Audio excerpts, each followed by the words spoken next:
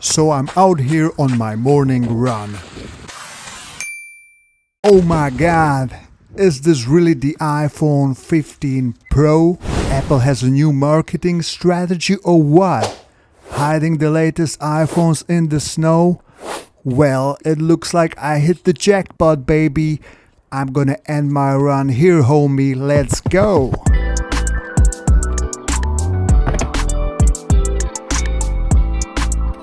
I hope you enjoyed that Skit intro. However, actually getting my hands on this iPhone 15 Pro has been quite a challenge. The 128 gigs variant was constantly on back order, so after waiting about for 4 weeks, I decided to cancel my order and get the 256 GB model, which was surprisingly in stock.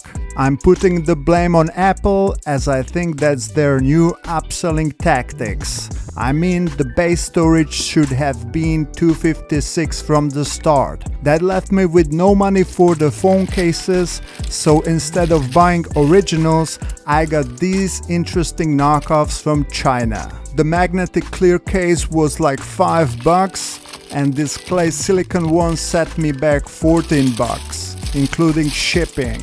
Man, look at that, they're trying to mimic the original packaging, but when I pull the tabs, which are completely fake by the way, nothing happens. And they copied the insides of the packaging pretty much on par with the original.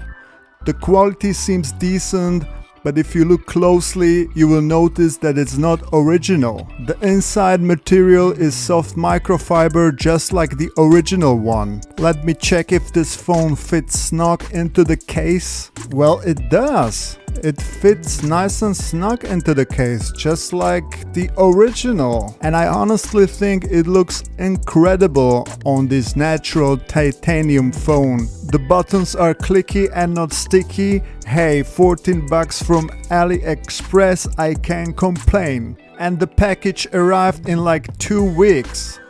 The clear case though looks ridiculous with the fat white magnet ring on the back, and it doesn't look anything like the original. And the magnets are a joke, not holding anything. But hey, $5, it's a steal. Alright, that wraps up my iPhone 15 Pro unboxing. If you like this video, give it a thumbs up, subscribe for more.